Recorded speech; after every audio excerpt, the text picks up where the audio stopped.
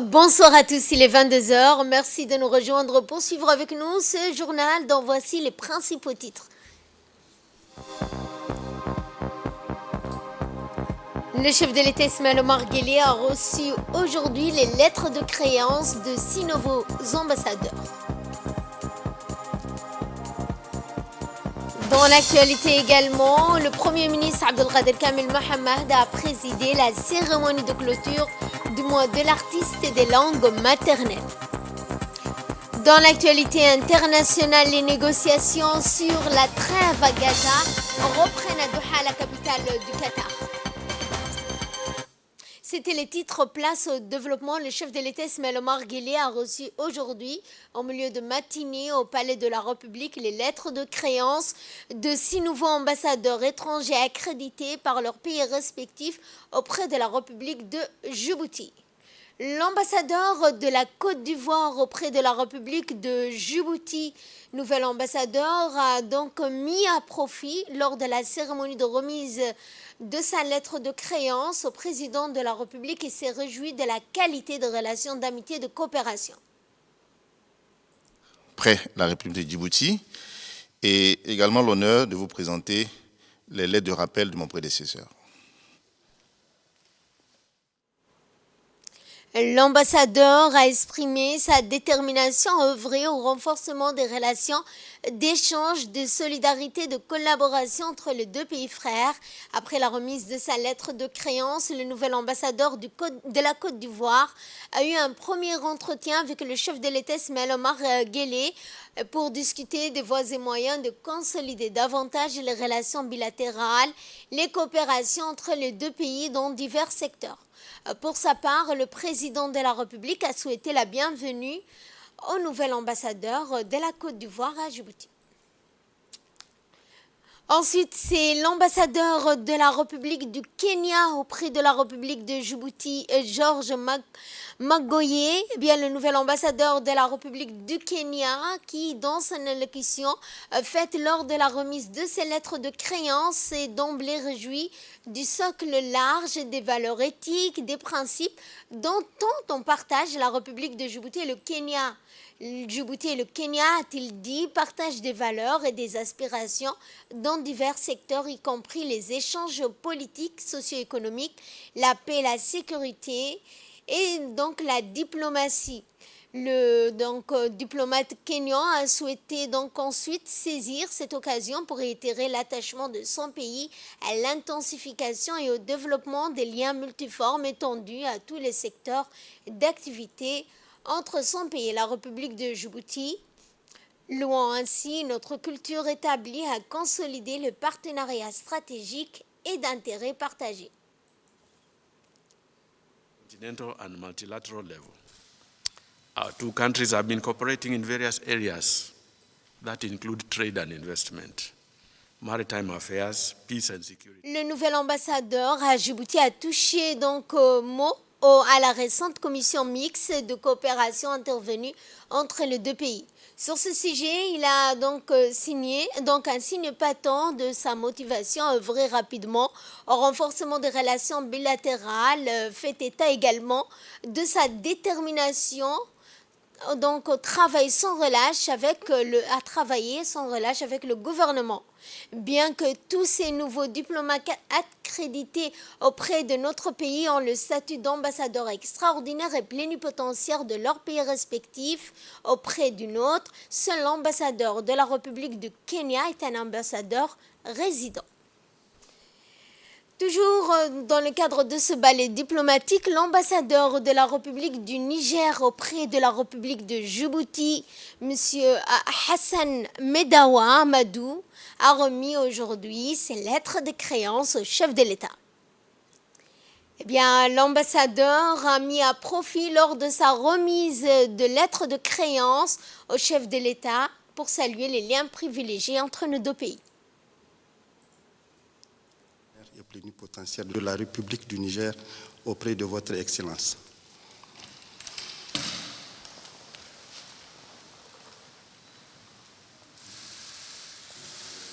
Le Niger a fait également de sa détermination et motivation à œuvrer au renforcement du niveau d'échange de coopération avec la République de Djibouti.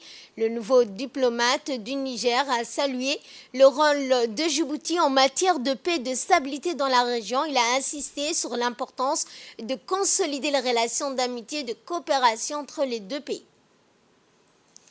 Ensuite, c'est l'ambassadeur du Royaume d'Espagne auprès de la République de Djibouti, Guillermo Antonio López Marquelena, qui a remis ses lettres de créance au président de la République.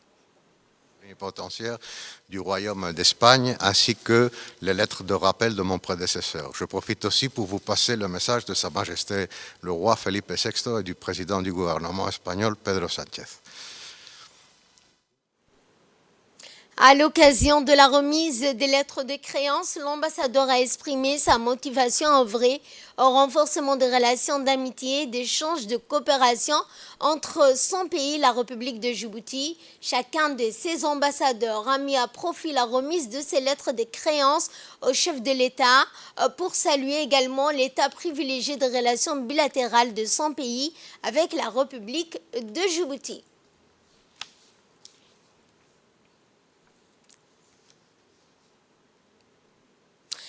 Également, l'ambassadeur de la République socialiste démocratique du Sri Lanka auprès de la République de Djibouti, Kozina Konka Namaraj, a remis ses lettres de créance, l'accréditant en tant qu'ambassadeur en République de Djibouti. I'm honored to present my credentials as the ambassador of Sri Lanka. Dans une intervention exprimée, sa motivation a apporté une contribution significative en vue de renforcer les relations, les partenariats entre les deux pays. L'ambassadeur a salué le rôle de Djibouti en matière de paix, de stabilité dans la région et il a également exprimé sa détermination à œuvrer pour une coordination permanente entre les deux pays.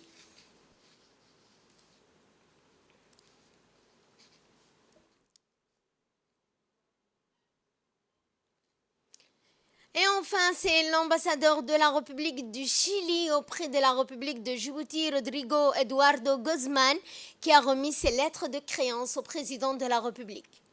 Me to present to Your Excellency my credentials. Ces diplomates en tour à tour unanimement fait également leur détermination et motivation à œuvrer au renforcement du niveau d'échange de coopération entre donc son pays et la République de Djibouti. Le président de la République, Ismaël Omar Guelleh, a, comme à l'accoutumée, souhaité la bienvenue à tous ces diplomates. Il a également formé pour eux des vœux de succès, de réussite et les a assurés du soutien plein et entier du peuple et du gouvernement de Djibouti dans l'accomplissement de leur noble mission.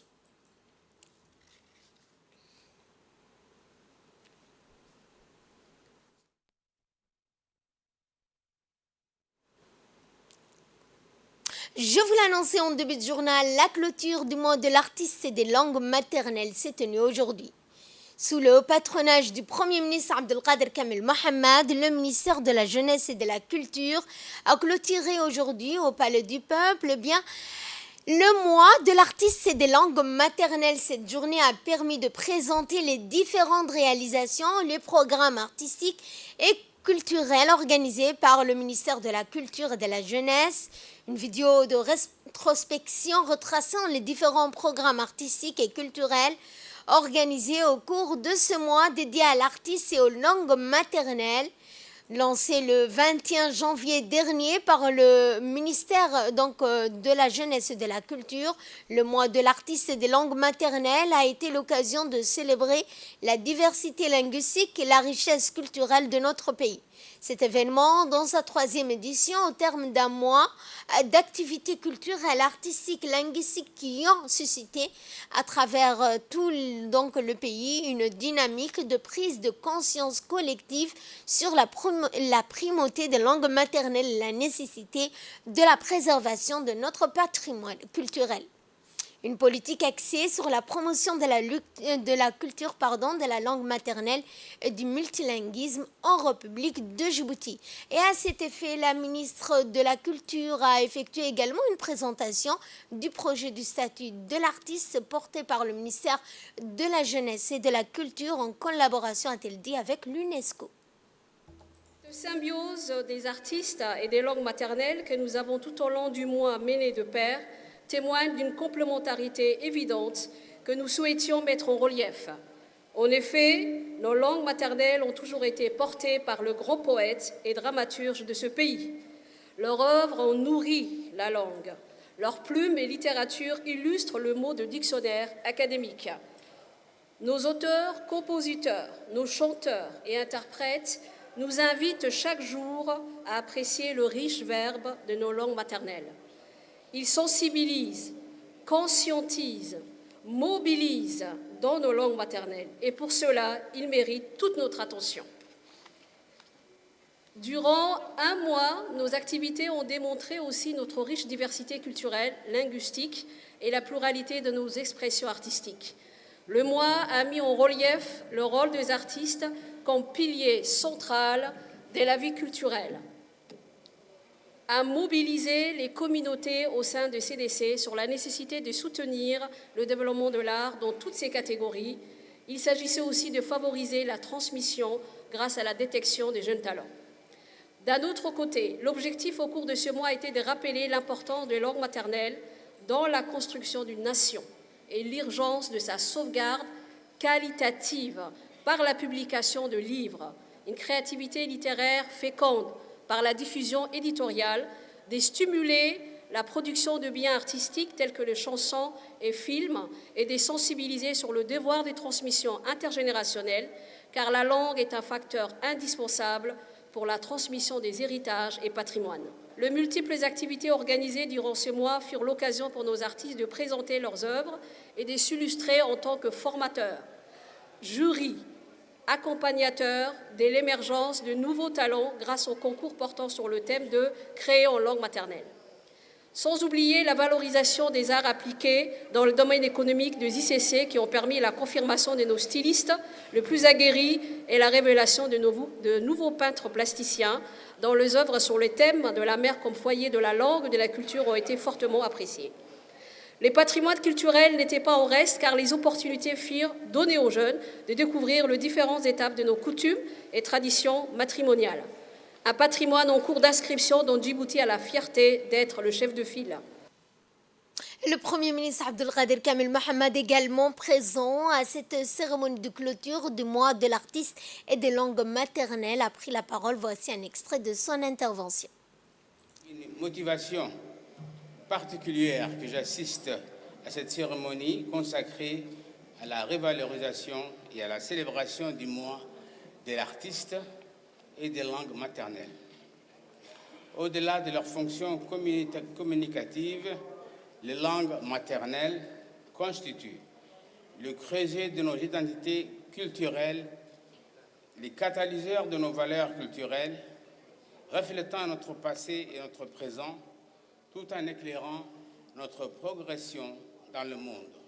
Leur complémentarité et leur interactivité demeurent déterminantes pour l'avenir de nos peuples, des traditions orales et dont le verbe est fortement significatif et le poète s'érige par excellence en leur porte-parole. Les artistes vecteurs de nos émotions, génies créateurs et sources inépuisables de l'immensité des richesses de notre patrimoine culturel, concourent de manière dynamique à la renaissance culturelle de notre pays. L'artiste n'est seulement pas un producteur des œuvres, mais il est surtout un éveilleur de mentalité, un conscientiseur, un modèle, un pilier central pour la moralisation de notre jeunesse à laquelle il doit servir de repère. Ainsi, les artistes constituent encore des métiers auxquels le gouvernement accorde une attention toute particulière car la culture est devenue un moyen de partage et d'influence dans les concerts des nations à travers le développement des réseaux sociaux, devenus les principaux moyens de communication et de partage. Le patrimoine culturel reste donc un facteur important du maintien de la diversité culturelle face à la mondialisation croissante. Ainsi, Aussi, le gouvernement djiboutien tient au développement culturel par la mise en place d'un dynamisme culturel et d'une approche stimulante de la créativité artistique sur l'ensemble du pays afin d'assurer la transmission intergénérationnelle au profit de notre jeunesse aussi, ainsi que la renaissance à leur juste valeur des dépositaires du trésor culturel, notre mémoire collective. Les régions de l'intérieur regorgent de patrimoine culturel vivant et cela ne vous a pas échappé. La diversité des activités menées aussi bien dans le domaine des créations artistiques que la promotion et l'insertion économique et professionnelle de notre jeunesse souscrit à cette idée que je vous en félicite. Et la clôture du mois de l'artiste des langues maternelles a été également l'occasion de procéder à la remise de prix des lauréats de ce concours des artistes et culture, notamment en organisant des cadres ce mois organisé notamment ce mois de l'artiste et des langues maternelles qui a permis à certains de recevoir certains prix. La ministre de la Culture a également souligné le rôle essentiel des artistes dans le développement et la préservation des langues maternelles, les défis auxquels sont confrontés les artistes, saluant également le plan quinquennal de développement des activités artistiques en République de Djibouti. Elle a également rappelé que les artistes doivent collaborer à soutenir également les talents. Elle a souligné que ce mois dédié à l'artiste et aux langues nationales s'annonce prometteur.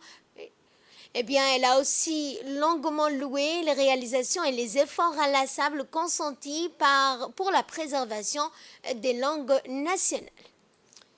Sous l'égide du Premier ministre Abdelkader Kamel Mohamed, le ministère du budget a organisé ce matin, 26 février, à l'hôtel Escale Red Sea World, des séries d'ateliers sur la réforme budgétaire, dont le premier concerné sont les secrétaires généraux. Cette réforme a été présidée par le ministre du Budget, Ismaël Ibrahim Roblé, le secrétaire général de la primature, Naguib Abdallah Mohamed. Objectif général de cet atelier, l'amélioration de la préparation du budget pour la planification des investissements à travers le recrutement d'un expert international pour l'appui à la mise en œuvre des cadres de dépenses à moyen terme. Ces secteurs sectoriels, départements sectoriels pour les ministères dans les cadres de la réforme budgétaire relative à la révision de la loi organique des lois de finances. L'amélioration du processus d'élaboration du budget passe notamment par la modernisation des outils de gestion publique en matière de planification stratégique et sectorielle. Merci les représentants des différents ministères d'avoir répondu favorablement à notre invitation. Votre présence à cet atelier témoigne encore une fois de votre engagement à collaborer comme toujours au mieux avec le ministère du Budget qui a la lourde tâche de mettre en œuvre la politique budgétaire et financière de notre pays. Cet atelier vise à sensibiliser les hautes autorités responsables des différents départements ministériels sur les enjeux et défis de la réforme budgétaire. Cet atelier découle entre autres de recommandations formulées suite à l'évaluation PEFA menée en 2023 et a pour objectif d'améliorer la préparation budgétaire et la planification des investissements au moyen de la mise en œuvre des cadres de dépenses à moyen terme CDMT sectoriels. Et le secrétaire général du ministère du Budget, Simon Mabratou, n'a pas manqué d'indiquer que les secrétaires généraux sont les patrons de l'administration de leurs ministères respectifs. Va se dérouler aujourd'hui sur le cadre budgétaire à moyen terme s'inscrit dans le cadre de l'exercice d'évaluation PEFA que nous avons élaboré en 2022 et commencé en 2022 et achevé en 2023, qui indique les marches et les étapes à suivre en matière de renforcement de la gouvernance budgétaire, de la transparence budgétaire, et également comment s'engager sur la voie d'un budget programme. Vous le savez très bien, nous sommes tous conscients, que le budget programme ne se fera pas du jour au lendemain. Cela suppose un ensemble de prérequis. Aujourd'hui, ce sera l'occasion de voir ensemble quels sont les prérequis nécessaires. Et aujourd'hui, la présence de l'ensemble des représentants et surtout des secrétaires généraux indique que, effectivement, le rôle que nous avons tous à jouer, effectivement, mais ceci aussi suppose un bon cadre institutionnel. Parce qu'il faut que les secrétaires généraux soient les patrons de l'administration de leurs ministères respectifs. Quant au secrétaire général de la primature, Naguib Abdallah Kamil, il a indiqué que l'objectif de cet atelier est de partager les nouvelles orientations gouvernementales en matière de finances publiques. Privilège pour moi de prendre la parole et d'accueillir Son Excellence Monsieur le ministre du Budget dans le cadre de notre plateforme de secrétaires généraux à l'occasion de cet atelier consacré à la réforme budgétaire. Permettez-moi de féliciter le ministre du Budget pour son initiative et son engagement dans la modernisation du cadre juridique et institutionnel de nos finances publiques. Cet atelier, le premier d'une série de consultations, a pour objectif de partager les nouvelles orientations gouvernementales en matière des finances publiques. La démarche participative qui est la sienne traduit une conscience aiguë des enjeux et des défis que nous devons surmonter pour mener à bien ces réformes cruciales. L'implication des secrétaires généraux traduit le rôle crucial que vous jouez au sein de vos départements respectifs pour transformer en action les stratégies ministérielles. Il s'agit de mettre au centre de l'action publique la notion de gestion de la performance pour mieux évaluer l'impact des politiques publiques sur le bien-être de nos concitoyens. L'accès sur le résultat est une notion avec laquelle certains d'entre vous se sont familiarisés dans vos ministères respectifs.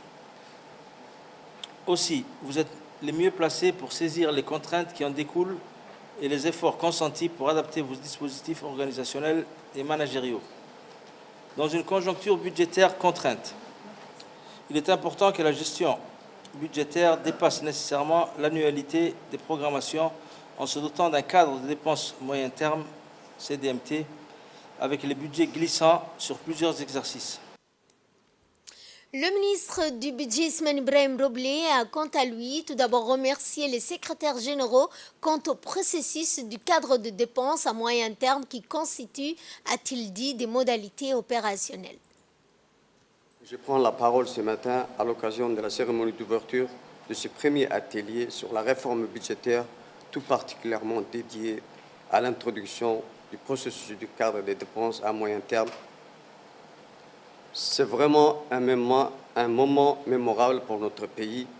Nous sommes réunis ici aujourd'hui pour le lancement d'une série de formations qui a pour objectif de développer les compétences techniques des équipes sectorielles et relatives au cadre des dépenses à moyen terme. Et dès lors, je voudrais, avec toute sincérité, remercier les secrétaires généraux qui nous accompagnent avec bonheur dans ce projet.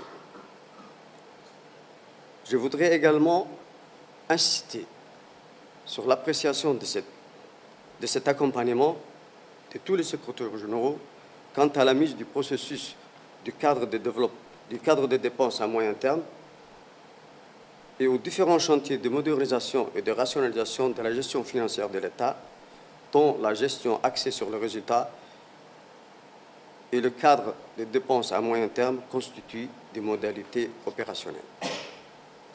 Ce constat, de par votre présence et par votre participation, nous rassure quant à l'appropriation du processus de CDMT à tous les maillons de la chaîne de décision au niveau des départements sectoriels. Dans le cadre du 45e anniversaire du RPP, un collectif de jeunes militants du parti ont organisé un tournoi de football interannexe RPP pour l'ensemble des 9 annexes de la commune de Balbala. Ce projet sportif a été appuyé par le ministre des Sports, mais aussi la ministre de la Femme et de la Famille, ainsi que les RPPistes de la commune de Balbala. L'ensemble des joueurs des 9 annexes munis de leur équipement avec une pancarte identifiant leur appartenance à l'annexe. Ils ont donc défilé devant les officiels. Ce tournoi de foot inter-annexe RPP s'étale sur 8 jours. Cette compétition vise à redynamiser les annexes du RPP, mais aussi à créer la connexion entre les joueurs militants du RPP et à favoriser entre eux l'échange de la cohésion. Elle permet également aux responsables des annexes d'entreprendre des projets en commun dans un esprit d'équipe et d'appartenance à une seule famille politique. En somme, ce projet sportif a mobilisé 160 jeunes footballeurs, 16 entraîneurs, 9 encadreurs, 9 présidents d'annexes du RPP.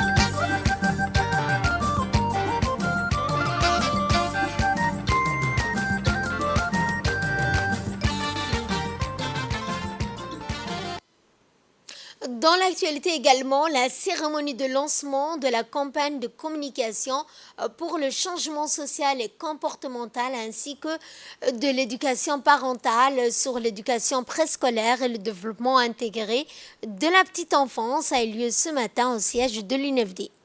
L'objectif de l'événement est avant tout de soutenir la vision du gouvernement qui est d'améliorer l'accès à une éducation préscolaire de qualité pour les enfants âgés de 3 à 6 ans, notamment les plus vulnérables et ceux issus des familles démunies. Une campagne qui marque une étape décisive dans la mise en œuvre du projet qui se veut d'aller à la rencontre de la population pour les inviter à plus d'implication et d'engagement dans ce processus de communication pour un élan social et comportemental réussi. Il convient également de souligner que cette initiative est d'une nécessité absolue car il est question de distribuer un bien-être pour l'enfant à travers le développement holistique harmonieux des soins non seulement de santé de la petite enfance, mais également de nutrition et d'éveil, de l'éducation et de sa protection. Et dans leur intervention respective, le coordinateur du programme par intérim, la représentante du MENFOP, ont indiqué l'importance que revêt ce projet dans la perception des communautés sur le développement du jeune enfant, de l'éducation préscolaire et de l'engagement communautaire. En tout cas, un grand moment pour moi, un moment privilégié pour m'adresser à ce noble auditoire regroupés par un seul et même objectif, celui d'accompagner les parents dans le but de les doter des compétences nécessaires et des savoirs nécessaires, leur permettant de mieux accompagner à leur tour leurs enfants, et cela depuis leur jeune âge, dans le but de les faire mieux réussir au cours de leur vie scolaire. En effet, la première école d'un enfant est la maison. Ce lieu sécurisant où l'enfant jouit d'une protection à la fois physique et psychologique constitue la première école de l'enfant. Et pour ceux qui pourraient prétendre, et pour cause, qui pourraient prétendre meilleur enseignant que les parents, et surtout la maman. la meilleure enseignante pour moi, c'est toujours la maman, du monde d'ailleurs. Donc, c'est en quelque sorte une démarche qui nous offre cette opportunité de mieux former les enseignants que sont les parents, à mieux encadrer leurs élèves que sont leurs enfants. La salle. Je voudrais rappeler que le préscolaire est le cheval de bataille du ministère de l'Éducation nationale parce que nous avons l'intention de scolariser tous les enfants de 5 ans d'ici 2030. Le projet tombe à pic et je remercie le peuple américain à travers l'USAID pour l'appui technique et financier. Je remercie Mott MacDonald et son équipe dynamique pour la mise en œuvre de ce projet intitulé Play to Learn. Et hier, j'ai participé à la formation ici et j'ai pu voir que le relais communautaire qu'on a choisi pour cette campagne est composé de femmes et d'hommes très intéressés déjà par le projet et très engagés. Et je foi en ce projet, je foi en cette campagne qui s'ouvre aujourd'hui. Et le ministère de l'Éducation va suivre de près et participer aux activités.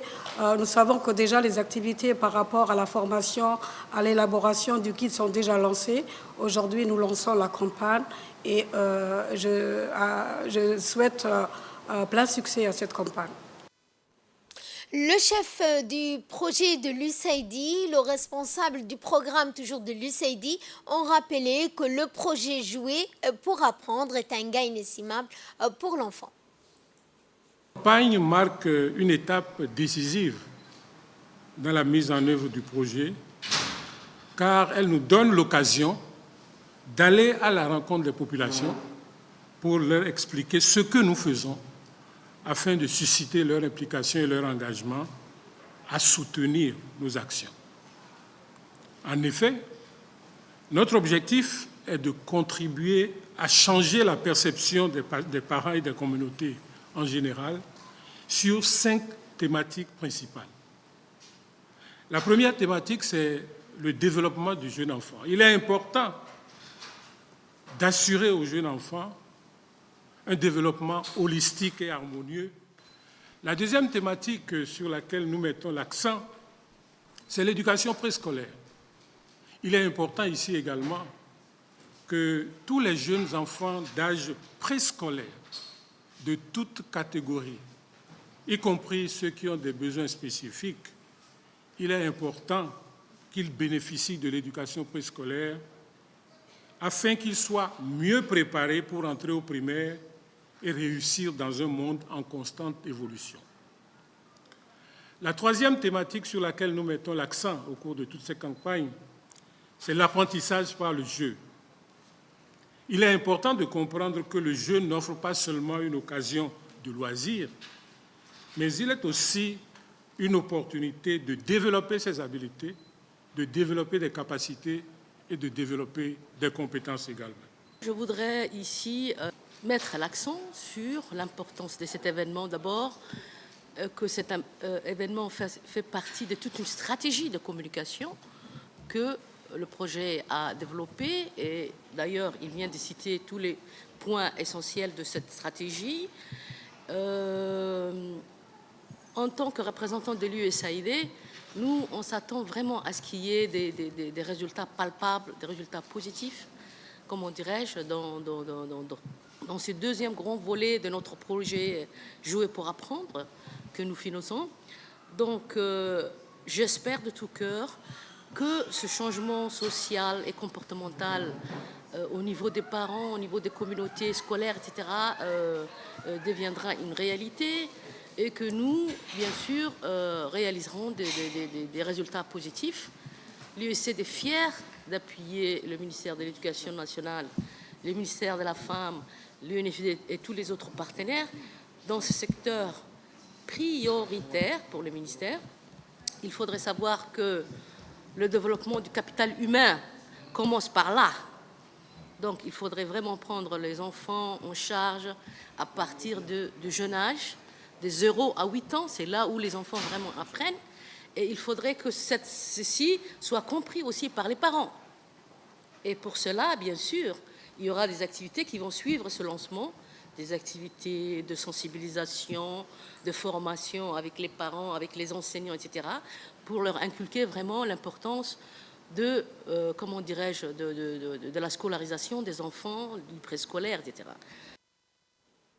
L'Institut des études diplomatiques a organisé aujourd'hui un séminaire en partenariat avec l'Union européenne, co-présidé par le ministre des Affaires étrangères de la coopération internationale, Mahmoud Ali Youssouf, avec le directeur de l'Institut des études diplomatiques, Mohamed Abdelkader Moussa, et l'ambassadrice de l'Union européenne à Djibouti, Madame Sylvie Tabès. Cet événement vise à mettre en lumière les liens entre changement climatique et l'insécurité dans la Corne de l'Afrique. Ce séminaire offre également une tribune aux experts de l'environnement, aux chercheurs et aux décideurs politiques pour échanger sur les meilleures pratiques et les stratégies novatrices visant à atténuer l'impact du changement climatique. Le prisme de votre expertise climatique. Vous aurez des idées et des idées clés qui aideront la République de Djibouti non seulement à gérer les effets du changement climatique, mais aussi à maintenir les droits des migrants traversant le pays. Vous l'occasion de montrer la voie sur certains des problèmes les plus urgents et les plus importants auxquels Djibouti et l'ensemble de la Corne d'Afrique sont confrontés. Je voudrais ensuite exprimer ma gratitude à l'égard du Bureau de la population des réfugiés, de la population des réfugiés et de la migration qui a permis la réalisation de cette formation et qui soutient les efforts de l'OIM et du gouvernement de Djibouti afin de consolider les instruments de gouvernance de migration dans le cadre du programme régional de la migration pour l'Afrique. Comme vous le savez, la mobilité humaine, l'environnement et le changement climatique sont des thématiques intrinsèquement liées et interdépendantes. Aujourd'hui, la première cause de déplacement dans le monde des déplacements forcés sont les catastrophes provoquées par les aléas naturels. La mobilité dans la Corne d'Afrique est de plus en plus impactée par la sécheresse récurrente qui pousse les populations à chercher des opportunités de vie meilleures dans les régions ou pays voisins. Quant au secrétaire général de l'environnement, il a souligné l'importance des solutions durables dans la préservation de la stabilité régionale et la promotion du développement socio-économique. Formation cruciale sur la migration, l'environnement et le changement climatique. Au carrefour de l'une des routes migratoires le plus fréquentées au monde, Djibouti se trouve confronté quotidiennement à des défis environnementaux et sociaux d'une ampleur significative. Nous sommes témoins d'un flux constant de migrants en transit, souvent dépourvus d'accès aux services de base et qui dépendent largement de ressources locales pour leur subsistance. De plus, les effets du changement climatique et des sécheresses contraignent de plus en plus de populations mobiles à se déplacer vers les périphéries ou à l'intérieur de centres urbains pour satisfaire leurs besoins essentiels. De là, nous passons à ce qui domine l'actualité internationale. Les négociations menées à Paris en vue d'un cessez-le-feu à Gaza auraient enregistré des progrès significatifs alors que l'aggravation de la situation humanitaire dans l'enclave palestinienne suscite de plus en plus de craintes. Une première ébauche comprendrait bien une pause de 6 semaines. Il est vrai que les représentants d'Israël, des États-Unis, de l'Égypte, du Qatar se sont rencontrés à Paris et sont parvenus à un terrain d'entente entre eux quatre à propos des contours d'un possible accord sur la libération d'otages et d'un cessez-le-feu temporaire, a indiqué donc sur CNN le conseiller à la sécurité à la Maison-Blanche. Par ailleurs, sur la chaîne NBC, Sullivan a ajouté également que Joe Biden n'a pas été mis au courant du plan d'Israël pour des opérations militaires à Rafah, mais pense que la vie civile donc doit être protégée, a rapporté Reuters. Le Premier ministre israélien Benjamin Netanyahou demandera la semaine prochaine à son cabinet d'approuver une opération terrestre dans la ville de Rafah, dans le sud de Gaza. Les troupes israéliennes ont lancé ce mois des frappes aériennes sur Rafah qui abrite plus d'1,2 million de Palestiniens déplacés. C'est ainsi que ce journal touche à sa fin. Merci à vous de nous avoir suivis. Excellente soirée à toutes et à tous.